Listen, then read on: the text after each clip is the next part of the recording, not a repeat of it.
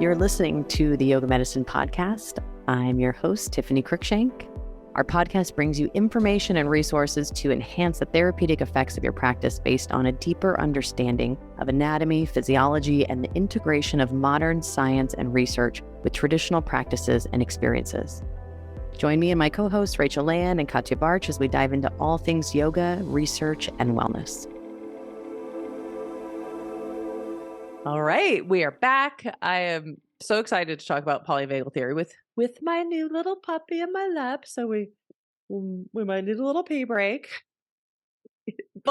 and my sleep deprived brain. So I'm very excited of Katja here to drive the conversations and talk about polyvagal theory. And it's such an interesting topic, and I think it comes up so much in yoga about the vagus nerve and polyvagal theory. And, it's easy to pour a lot onto that. And there's so much more to it that we want to talk about and the latest research. So we're going to talk about some of the newer findings around polyvagal theory, what the implications are. There are a few implications maybe to application, though. Does it change what we're already doing, or doesn't it change what we're already doing? And what the new research is suggesting. So we're going to dive into all things polyvagal theory. As we know, up to this time, as with all research, is constantly evolving and changing. So awesome. I'm glad to have you here, Katja. Thanks for bringing us all this good info. Yes, let's talk Vegas. I mean, who doesn't talk Vegas these days, right? Right. It's such a hot topic in the yoga world. And I feel like every time we do a cadaver dissection, people always want to see that vagus nerve. And I'm always like, well, I'm going to let Todd do that. He's our master dissector. It's such a hard nerve. It's the wandering nerve. It's hard to follow and track. I mean, even if you dissect at the brain level and you're skilled enough to dissect all the cranial nerves and get those quick and in an unfixed form is a little trickier. But yeah, it's a tough one to pin down. People always want to see it. And it really is that wandering nerve with some different branches too that we'll look at. So such an important part of so much. And I think for a lot of the people watching, we're so familiar with, from our trainings and probably from your studies outside of this, is the importance of that intimate connection with the vagus nerve and parasympathetic regulation. That's kind of what it's really famous for, I feel like, in the yoga world and in, the broader therapeutic world as well. So let's talk a little bit of background on the emergence of polyvagal theory. Why don't you start? Maybe that's a good place to begin.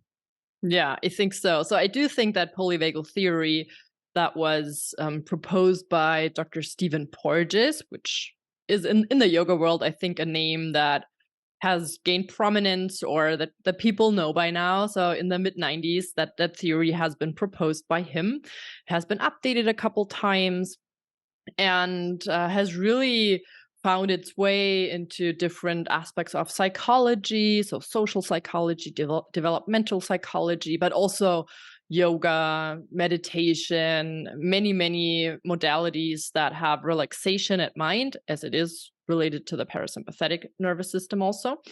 And we're going to dive a bit deeper into the assumptions of that.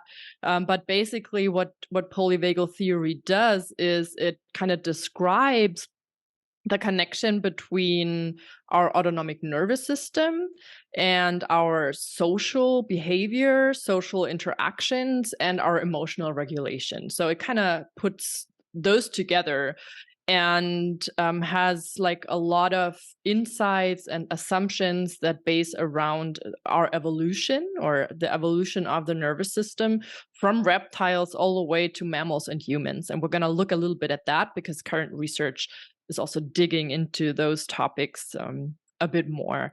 So yeah, we're going to look a little bit at the neuroanatomy, and we're going to look at those assumptions and the current research findings that relate to that a bit more.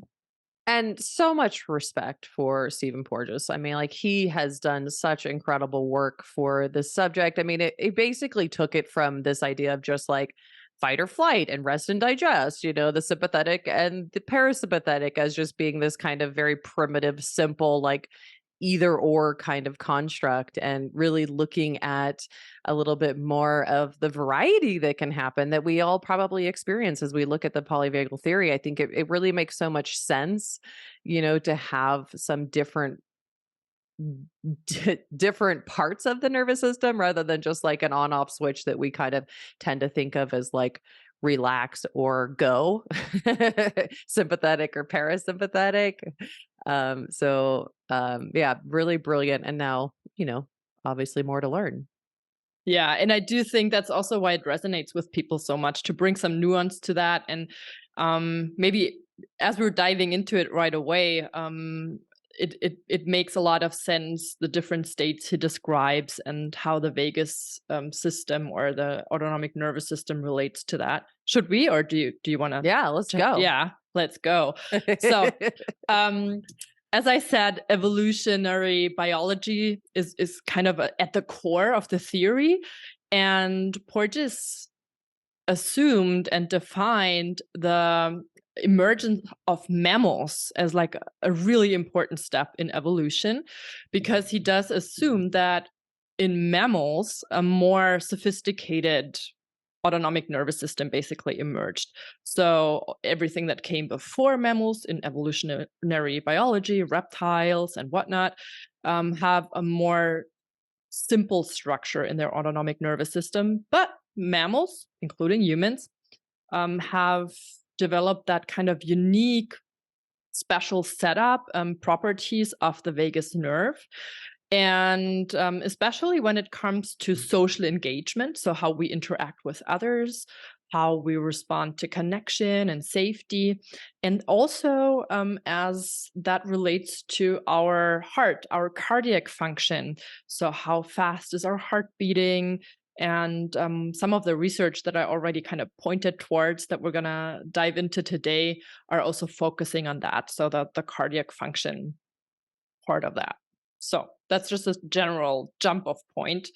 And what you may have heard or what you may be familiar with to some degree is that structure that Stephen Porges suggests, which is he kind of dissects or differentiates the autonomic nervous system into three parts.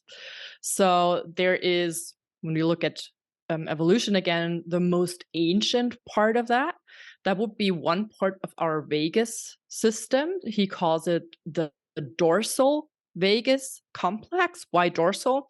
We're going to look at that a little bit more in depth in a minute, but the vagus stems from the brainstem. So it comes from your brainstem, and the most dorsal, so towards your back part of that, there's an area in the medulla oblongata, so that's part of your brainstem, and the part that lies most backwards, so to say, that is the part where this part comes from, the dorsal vagal complex. And this is supposed to be like the oldest part of that. And we think that's the most primitive aspects. That has more to do with the freeze portion of our fight, flight, or freeze response, as we now talk about it. And already reptiles had that. So all the immobilization and the shutdown processes, or maybe in humans also that sense of disconnection, withdrawing from a situation when something is really, really stressful, that is supposed to be related to the dorsal vagal complex. Do you want to add to that? Yeah, no, I think, basically what we're looking at here is just this diversity of like the two different parts of the vagus nerve now. So we've got the sympathetic being more of that go, create, do, which we'll talk about more, but then the parasympathetic actually being divided into two different sections, which is the dorsal vagus, and then what's coming next is the ventral vagus. But that dorsal vagus being that shutdown mode. And I think a lot of us have experienced this too sometimes. This parasympathetic mode isn't necessarily always one specific feeling to it, but it can be that kind of like shutdown, dissociative kind of protection mode that I think it's been described or related to an animal's where maybe there's a predator and an animal can actually shut down its heartbeat and go into this survival mode, right? That's the kind of the really primitive aspect of, I think, where it came from, right? Something like that. Yeah, exactly. My And I think sleep-deprived brain. And I think in human examples that have been made is like you get that letter or that email that really stresses you out, and you do not run, you do not open, you do not attack it. So, but you have that sense of feeling paralyzed, and you just don't want to confront it at all. So not in a running away mode or in a confronting mode, but you just cannot do anything about it. So which is kind of similar to the predator, except today predators look different, like come in the form of email and other things. Yes. Yeah, so that's that older part. Yeah, and then as Tiffany already mentioned, there are two other parts to the autonomic nervous system. So somewhat newer, when we look at evolution, according to Porges, would be the sympathetic nervous system, which is more associated with the states of fight or flight, so attacking or running away. So it kind of mobilizes our system when we're in a situation of threat. And we kind of already pointed towards that. An animal might run away or it might attack, and you may know similar strategies in humans, kind of going right at it and working on that email, opening the letter and just, going at it, getting it out of the way, or just, completely running and doing something very, very different in order to forget about it, sort of, or getting rid of that stressor in that kind of way. And our ability to rise to the occasion, like sympathetic, tends to get a negative rap. And we talk about this on the podcast before too. Stress in general tends to have a negative rap, but like this is the go mode. This is the do mode. So we're either going to fight a predator or run from it or, create something or move. Like this is this momentum forward that initiates us into action. Basically, it mobilizes forces for us to create and do and initiate and move large obstacles out of our way, whether that be something like the obvious one, the one that's always used is the bear, running from a bear or fighting a bear. Please don't fight a bear, but you were probably going to win that one. But there is a lot of really importance to this one, of being able to rise to the occasion. Of course, we know the tie-ins to adrenaline within this one, which is a stress hormone, which has a lot of negative implications chronically. Not a bad thing though in an acute scenario. But again, we're seeing these three different branches. So we have the dorsal vagus, then the sympathetic nervous system. And remember the vagus, the two vagus are thought of as more of the parasympathetic, even though you can kind of see that dorsal vagus is like, it's often lumped together with the sympathetic fight, flight, freeze, right? Is often the sympathetic responses that we think of versus rest and digest, which is parasympathetic. But now we've got this idea that kind of shakes things up a little bit, that doesn't really, kind of takes them out of their categories a little bit with the dorsal vagus and the ventral vagus. So anyways, we got the dorsal vagus is the freeze, the shutdown. We've got sympathetic, which we're more familiar with. And now we've got ventral vagus, the other half of the vagus. I will have to add one thing though. You say don't attack the bear, but I remember distinctly my last time when I went to Arches National Park, I think in Utah, and there was a sign that says, if you're attacked by a mountain lion, fight back. So all right. Luckily, I didn't encounter any, but there might be situations where you might actually have to find the bear or the mountain lion. Anyway, back to to vagus. So that most recent or most modern part of our autonomic nervous system, when we look at it from an evolutionary perspective, would be the ventral vagus. So that would be more on the front side or the ventral side of our medulla oblongata of the brainstem, or the fibers from that part stem from that area. And this ventral vagus is supposed to be more related to our social interaction, to our social engagement system. Why? Because it sends information, for instance, to our face. So it's related to facial expression, to chewing, so mastication, swallowing, vocalizing. So all the things that you need in order to connect, in order to communicate, also in order to socially engage. So, and that part, according to Stephen Porges, is probably the most specific or the most special that we have as mammals or humans in that case. And it's also supposed to carry specific fibers. We're going to talk about that in a minute. But that ventral vagus is more related to social interaction, is more related to the areas north of your clavicles, basically. So your cervical region, so to say. And I think one of the big things that really hit home for me too is this distinction, because now we don't have these clearly defined sympathetic, parasympathetic, though we can put them in those categories, but it doesn't kind of stick to that mold of like fight, flight, and rest and digest, fight, flight, freeze, rest and digest. But, you know, when we look at this, I think one of the distinctions is that the ventral vagus is an engagement without fear.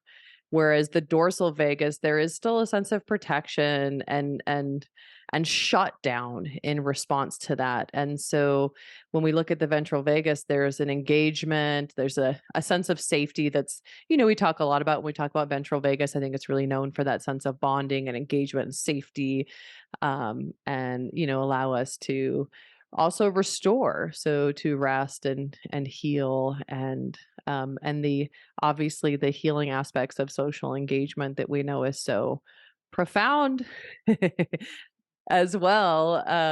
You know, when we look at this, so when we look at dorsal vagus, there is more of this immobilization with a sense of fear versus the ventral vagus, which is a sense of immobilization as well, but without a sense of fear. Like we're not rising to the occasion in this ventral vagus zone. You know, we're relaxed and connecting and resting and digesting. And there is a kind of a dissolving of fear in that safe mode as well, which is, I think, an important distinction. And then one other thing too, I think, is the combination. You know, when you think about like competitive sports, we want friendly competition. We want to mobilize the SNS, we want the sympathetic, but without fear. So we want that ventral vagus and sympathetic engagement. So it's not all one or the other, like in intimacy. We want to be able to immobilize without fear. We want that calm, trusting, but we also want us to like lie and surrender. So there's that dorsal and that ventral vagus associated with intimacy. So the beautiful thing now with Stephen Porges is that he's kind of showed us that there is more nuance to the nervous system and how these different phases of the nervous system can overlap, which I think, to me, you know, learning about this years ago was just, it was meaningful to see like, oh, okay, this makes sense to me. Like we all can relate to the fact that we're not just parasympathetic and sympathetic. Yes. And I also think, now that we've talked about the general idea of polyvagal theory, I think it's also nice to talk a bit about the nuances of the vagus nerve itself. At least I always love geeking out a bit on the neuroanatomy of it. And sometimes we don't have as much time when we talk about vagus in yoga trainings or on other podcasts. So I would love to dig a little bit, just a little bit, into some of the anatomical highlights of vagus nerve, if I may. Bring it. Yes, bring it. So we know it's a cranial nerve coming from the brainstem. It's number 10 of 12. That's probably familiar. And we already talked about that we can divide it in different parts. And for instance, if you look at that cervical part that is often more related to or more associated with the ventral vagus, we have actually more axons, more nerve fibers on the right side, significantly more. I find that interesting. So on the right side, there's a lot more fibers to start with. And then in that cervical region, about 20% of those fibers are myelinated. And you have to correct me if my English pronunciation is not correct. Myelinated. What do you say? Myelinated. I say myelinated. Myelinated fibers. What does that mean? You may remember from biology. There are nerve fibers that have like a coating, a sheath around it that is kind of a fatty substance. And they're made up of so-called Schwann cells, outside of the brain at least. And what those cells, or what that fatty additional insulation layer does, it's basically insulation, electrical insulation. So it helps the nerve impulses to travel faster. How does it do that? It's not like one continuous sheath, but it's kind of little portions, like rolls of toilet paper, basically. And in between there are those gaps that are called Ranvier nodes. The information then jumps from one of those nodes to the next, and therefore travels much more efficiently and quicker. So wherever in the nervous system we need the information to travel faster, we typically have those myelinated nerve cells or axons. And we think that that represents an evolutionary advancement.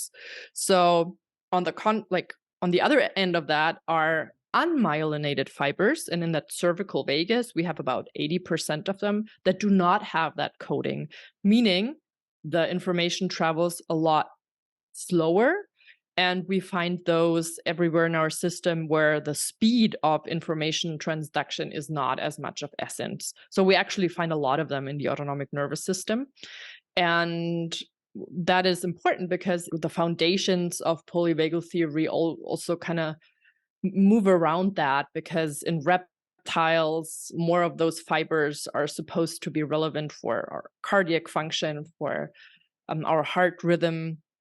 So in polyvagal theory, we think that most of those fibers that go to the heart actually are unmyelinated, versus in mammals, we have more of those myelinated fibers.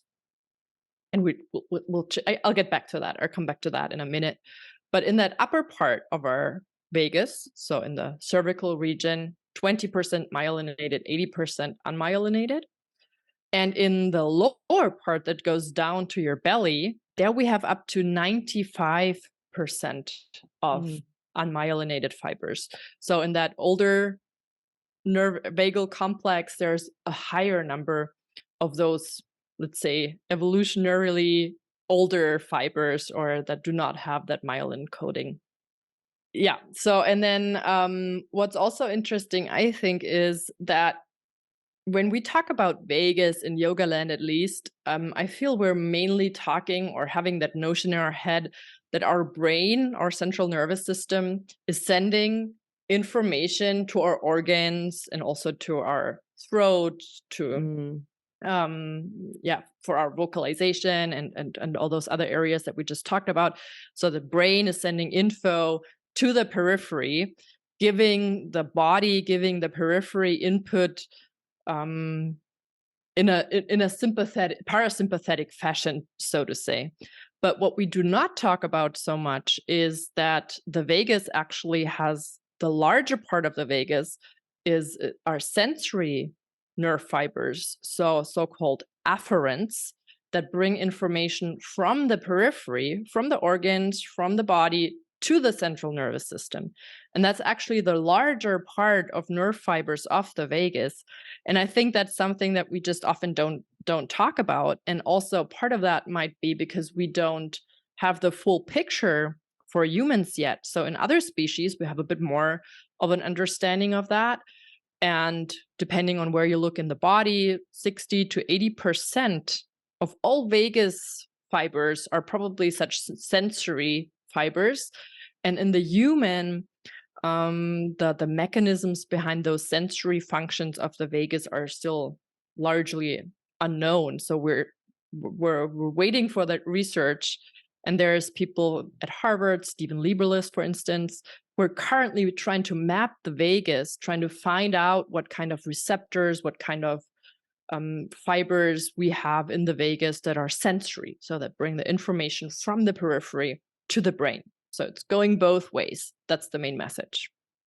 So basically what we're looking at so far is that we've got a large majority, really in any part of the body, of unmyelinated, these kind of older nerve fibers, the dorsal vagus and the sympathetic. But I think the really interesting side is that we have a huge prominence of afferent input or sensory input into that vagus nerve. So 80% of the nerve fibers of the vagus nerve are actually inputs into the brain. So giving information about what's happening in the body back to the brain, that sensory input, that afferent input, which is really interesting, I think, too, just in the yoga sense, just as a quick side note, is we often talk a lot about the importance therapeutically of just having enhanced body awareness, interoception, this internal awareness, and the importance of listening in our practice. And, it's so hard to put a value on that. But when you start to look at some of these numbers, it does really help you kind of prioritize. And again, there's a lot we don't know still about these afferent nerves and about the system, but it's clear. That's the one thing I think that's definitely clear so far, is the importance of those afferent fibers too, because there are so many of them. There's a reason. And I also think, like, if you're really interested in the nuances of polyvagal theory, that's where it gets super tricky. And it's also where it gets extremely interesting and very, very current, because those different parts of the vagal system, because it's not one vagus nerve, it's really a vagal bundle, so to say, that has different parts. That's where it really gets tricky. And that was the foundation for that. So basically, in the brainstem, there are 4 areas. We call them nuclei, kind of like denser areas in the brainstem. And 2 of those areas that bring the send out axons, send out vagus nerve fibers that bring that information from the brain to the periphery. So in my German English, that's efferent. So bringing it out, and then 2 of those areas, and I learned that I'm pronouncing that not correctly. So 2 of those areas are housing the fibers that are bringing the information from the periphery to the brain. So they would be called afferent. And so there are 4 of those areas. And it's not only vagus fibers that they house, so to say, but large parts of that are. So there's 4 parts in the brainstem, or 4 areas in the brainstem on your left and on your right side, that bring in and bring out fibers from the vagus nerve. So it's a bundle of basically 4 different tinier bundles of vagus nerve. And you might ask yourself why it's important to know that, but we will dig in there in a second. Should we, or do you want to add to that? Yeah, go for it. Yeah. So why is that important? So the first message that we already kind of put out there is that those sensory ones, so the so-called afferents, they're often not talked about. And I think we will see a lot more research in the next years that will put more emphasis on those sensory aspects of the vagus nerve. And we'll leave it at that for now. So just putting a check on there. And what we want to talk about for the rest of this episode are the 2 efferent aspects, or efferent components of the vagus nerve. With an E. With an E, efferent, going out from central nervous system to periphery. We have a dorsal motor nucleus. So again, more on the backside of the brainstem. And that dorsal part is sending so-called visceral motor information. So it's sending information to your viscera, to your abdominal organs, so that they can move, peristalsis, for instance, to the glands in that area to secrete stuff and all of that. So polyvagal theory says this is more of the primitive vagus, the fibers that stem from that dorsal motor nucleus. So that's also seen in reptiles. That's a little bit simplified, but that's what it says. Yeah. And then polyvagal theory says the second one of those areas which has fibers going from the brain into the periphery, efferent with an E, is the so-called nucleus ambiguus. So that's more on the front side of the brainstem, the ventral part. That's where the name ventral vagus comes from.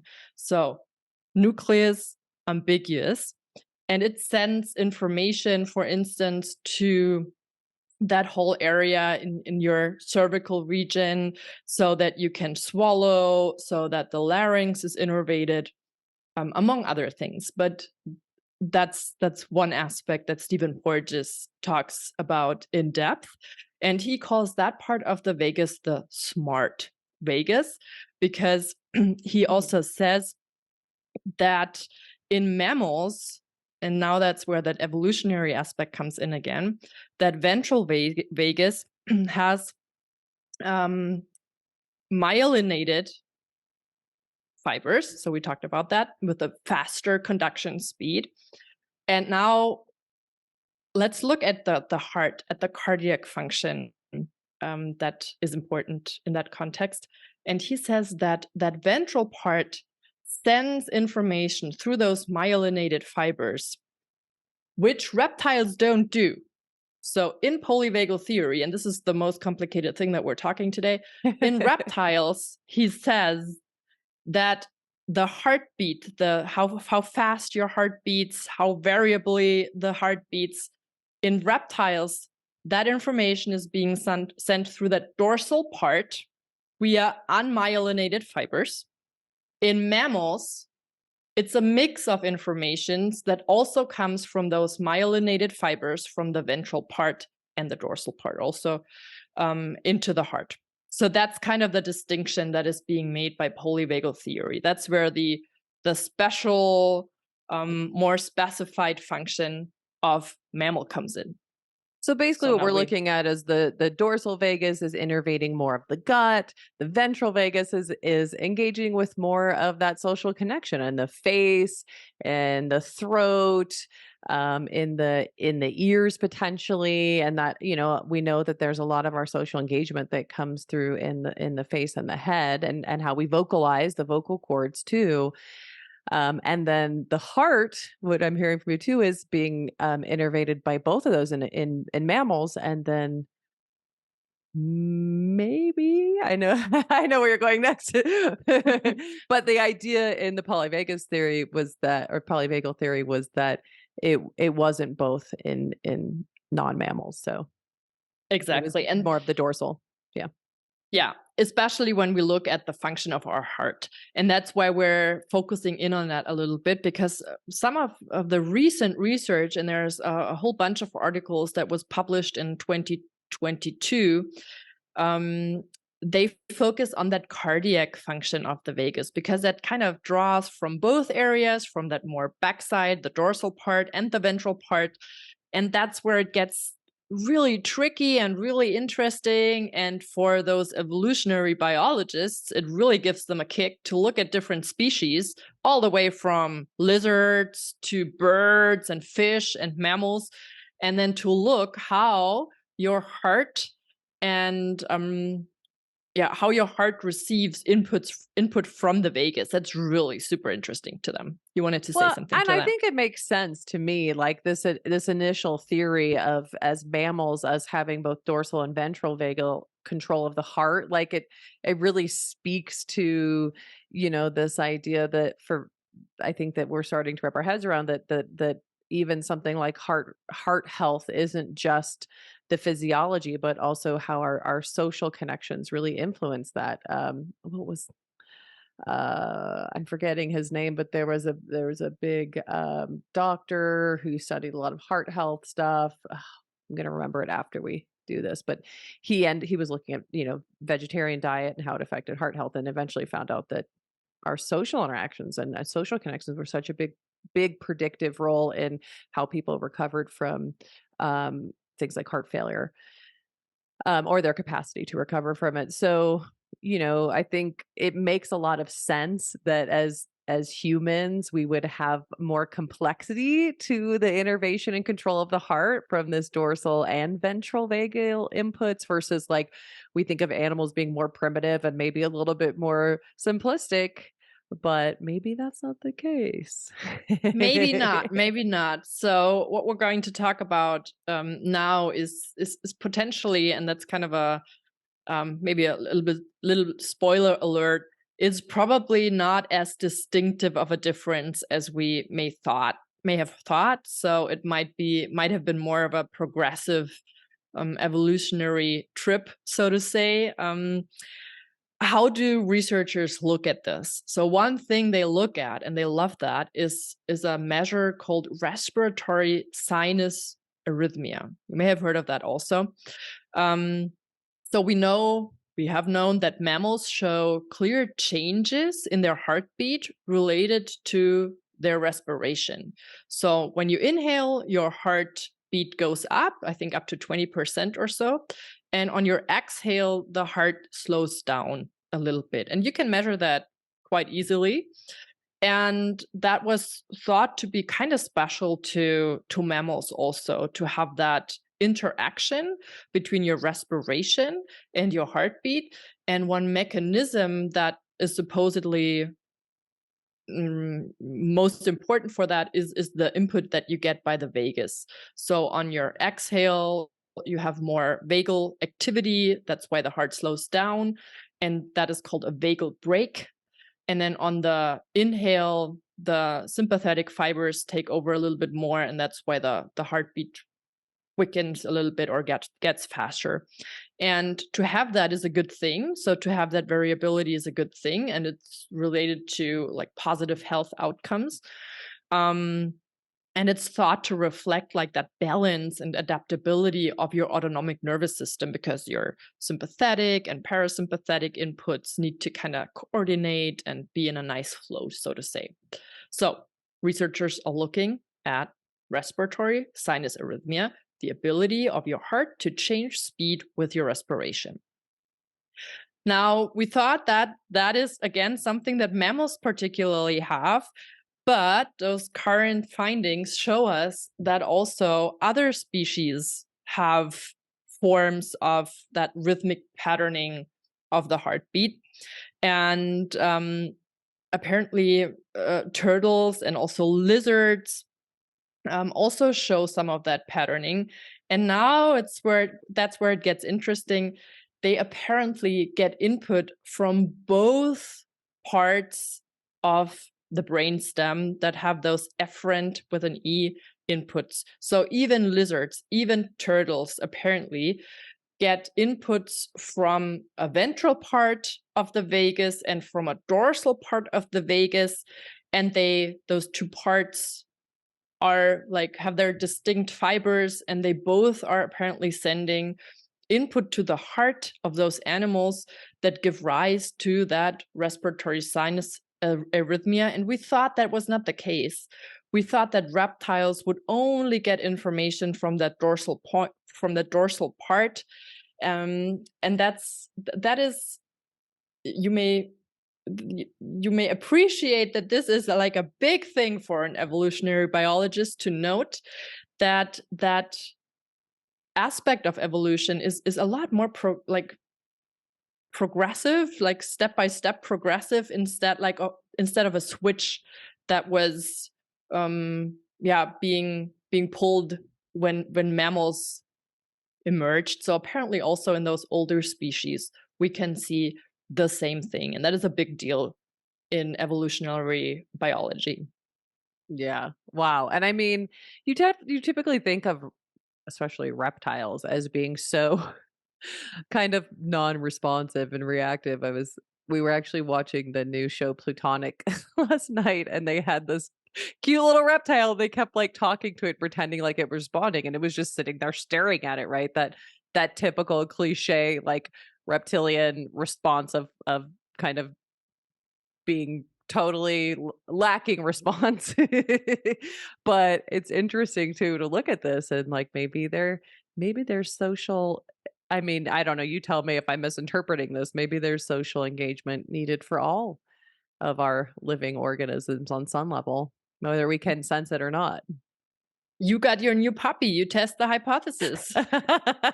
Well, he's definitely got some social engagement. is a mammal, to be fair. But yeah. Yes. He wouldn't sleep without me last night. So there's definitely plenty of social engagement.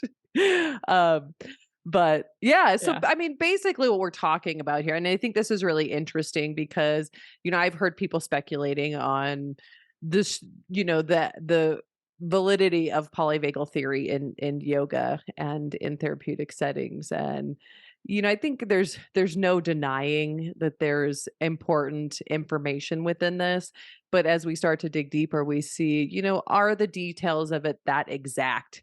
Is it that clearly defined that only mammals have this ventral and dorsal vagus, especially inputs into the heart? And, is there more specificity to this? Is there more that we can learn? And like any great theory, we're adding more layers. We're not necessarily taking away especially the applications of this, but we're kind of looking at, maybe there's more. And actually, before I forget, I was just going to mention, I just thought of the doctor I was thinking of. It's Dr. Dean Ornish, when I was talking about the heart health. And it's funny because he's really known for his dietary influence on heart disease. But I can never remember the name of it. And I've tried to look for this before. It's actually really hard to find, but he did one on social interactions on effects on heart health. And, it's most people don't realize that he did a lot of work on that as well. So, I think we know the importance of social interactions now, for not just mental health, but for so many systems of the body. And, I think, again, there's no denying that there's some importance to this polyvagal theory. Really, all we're discussing is like the specifics of it, especially in like reptiles and non-mammals. We might still be kind of understanding, but the applications still kind of stand true. I think so too. I still think that sometimes looking at those evolutionary paths, and one thing that we haven't mentioned is that we also now know that non-mammals also have myelinated fibers that go to the heart. We also thought that wasn't the case, so that's another finding. But I think that learning about these things can only help us to understand the whole system and the whole setup and the evolution of autonomic nervous system aspects in a more complete form, or maybe even help us to understand animals better, can go both ways. So I think to understand the mechanisms of that, it's still interesting to dive into those details. They may sound very specific, and they surely are, but the application probably still holds true. But understanding the mechanisms, in my head at least, is always something worthwhile and something that will only evolve our understanding in the future. And whether or not that will then change our applications is maybe another thing, because for now, that theory holds up and resonates and has found its way into yoga and other applications that relate to the autonomic nervous system. Yeah, many other applications. I feel like it's such a big part, especially mental health. So yeah. And I also, maybe adding to that also, I just noted a couple of citations from those articles that we'll also put in the show notes. I always like kind of listening to those discussions, like, is that theory valid or not? Do we need to throw it out the window, or is it valid or not? And if you look at research articles, that discussion is often a lot more dry and not as emotional as in our practical world, maybe. But they also, like those articles, they also recognize and polyvagal theory as a very important theory. Otherwise, they wouldn't research this, and also, name it as an hypothesis that is really worth being examined. And also they acknowledge the fact that our understanding of those systems, now we talked a bit more about cardiac function, but one important aspect is the social interaction that we chatted on here today, that we may need to kind of evolve and expand our understanding, maybe more to those sensory aspects that we pointed out today, or also other cranial nerves that might be involved. And I think that is where the nuance gets in, and that's where it gets interesting, acknowledging that the theory kind of evolves and is a huge starting point for further discussions there. Yeah. And, again, this idea of polyvagal theory, a theory implies that it's still in process. So definitely really relevant, very valid. The details and nuances still under construction, but just like everything in science, like, everything is set in stone until we learn otherwise. So I think that's the brilliance of, anyone who likes to study the body, is that we also have to be sure to keep our minds open to not only further learning and discoveries in science and research, but also differentiation from one person to another and the things that we can't explain. So, yeah, I love this. Did we hit all the I feel like we hit a lot of your points. Was there any did we miss any? No, I think we covered it all. We did a little deeper dive into the anatomy of the vagus, which I think is really worthwhile to understand that there are different components, that there are different elements of that vagus fiber bundle, and that we still need to learn more about that. I think that is one major takeaway for me. I do also think that it's interesting to follow along those further findings on the vagus nerve, on heart function, on cardiac function, and to see where this goes in the next couple of years, or if there will be a more nuanced version of this. And one thing I maybe want to point out, just to be clear, what we just discussed with the reptiles and that they also get input from one way or the other, that was all related to cardiac function. So that was not speaking specifically about that social engagement system, because all those Mm, studies that we're gonna link to are only talking about the innervation of the heart by the vagus nerve. So the innervation of that ventral part, or by the ventral part, to the the parts in our cervical region, like for swallowing, vocalization, and chewing, and all of those are not being, I don't want to say questioned, or they were not discussed in those articles. But what the authors said, that probably also related to our social engagement system, the evolution of that was probably, just like we see in those other aspects, probably also just as finely progressive as we see with the vagal innervation of the heart, instead of just like those chump fix changes in evolution. That was, I just want to make that clear, that we talked about cardiac function in those current yeah. studies and not about the social engagement system. Yeah, I mean, so basically what we're saying is the questions are really looking at this cardiac innervation, and there probably will be more that come up, and it may not be as straightforward as we think that mammals have, the dorsal and the ventral innervation, cardiac innervation, and non-mammals do not.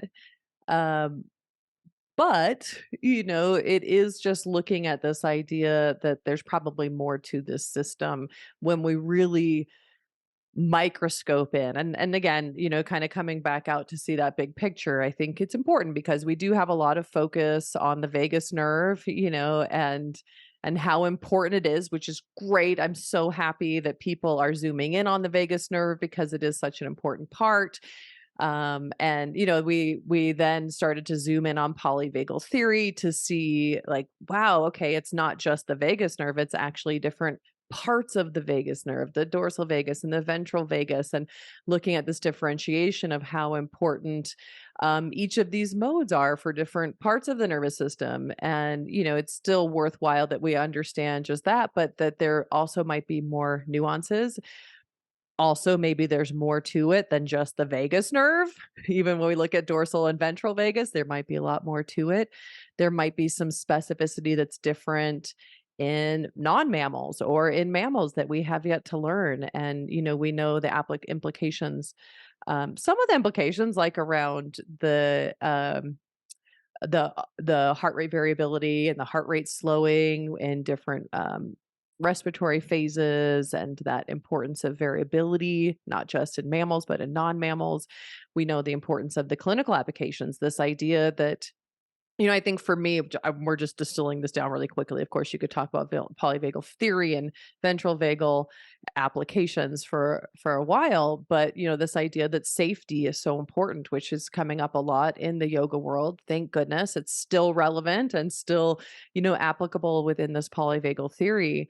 And how important those afferents are, the sensory information coming in, and so how much that body sense and body awareness, and tuning in and listening and observing, that non-judgmental attention we see so much in yoga, how really important it is in a therapeutic context. And, developing more awareness around the social engagement theory beyond just the polyvagal theory is important. And it will probably be the next steps. But really our goal for now is still the same, is to take our students out of, or, the people that we work with in therapeutic settings, to take out of too much of that sympathetic or dorsal vagal, that what we think about as negative psychological stress, or sympathetic mode, or that depression, that shutdown of the dorsal vagus. And really in Stephen Porges' model, the polyvagal theory, the idea is that if we can support this ventral vagus, that we can actually pull them out of either of those. The too much SNS or too much dorsal vagus is really the key, is the entrance of that ventral vagus. So again, creating safety and preparing people for social engagement and well-being is such an important part of what we do. And really the way out of that is, all of these, what we often talk about as stress scenarios, which stress isn't always bad, but when we talk about it as a negative component, is really through that ventral vagus. And what we often refer to as parasympathetic, though when we look at the polyvagal theory, we see there's more to it, because dorsal and ventral are both parasympathetic, and both are useful in different ways. We talked about combinations and how they combine for intimacy and in sport.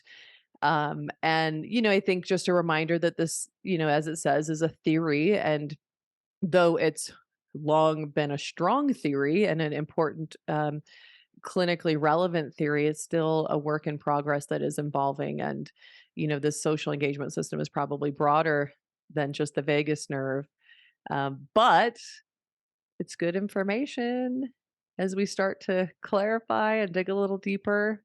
Did I summarize it?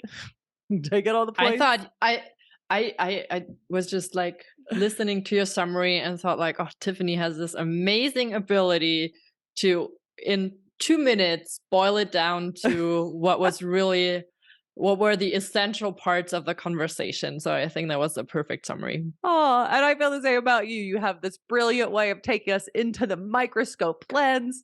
I always joke that I'm really good at layman's terms. So I love that you can take us into the science and the research behind it and all the nuances. I think as yoga teachers, it's so important to have both of these lenses to go in and see the details.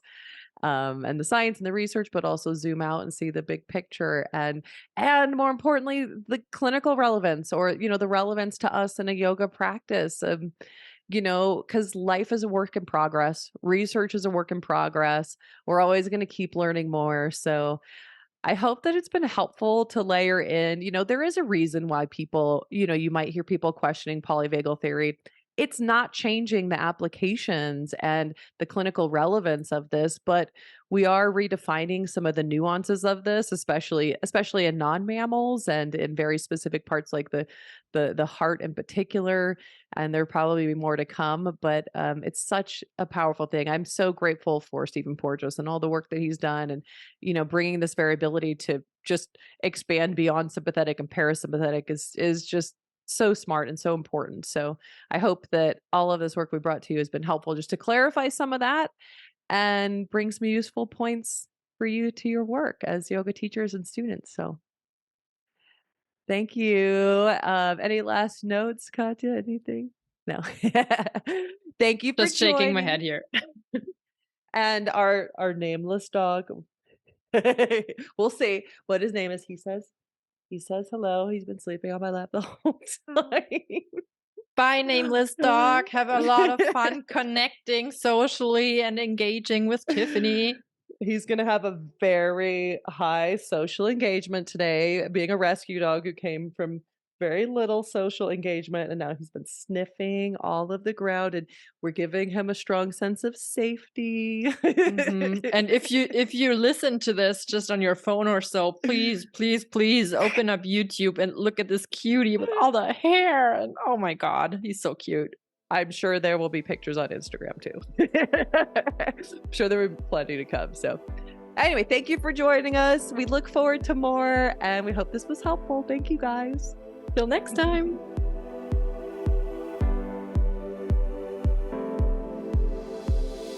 Thanks for listening to Yoga Medicine. If you like the show, please be sure to subscribe and leave a rating and review on Apple Podcasts or wherever you listen to podcasts.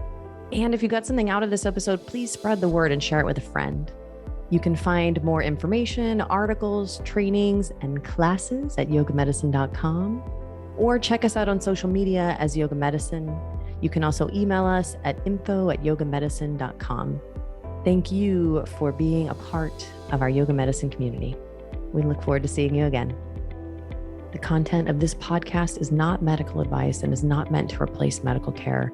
Please consult your healthcare provider to determine what is best for your unique healthcare needs.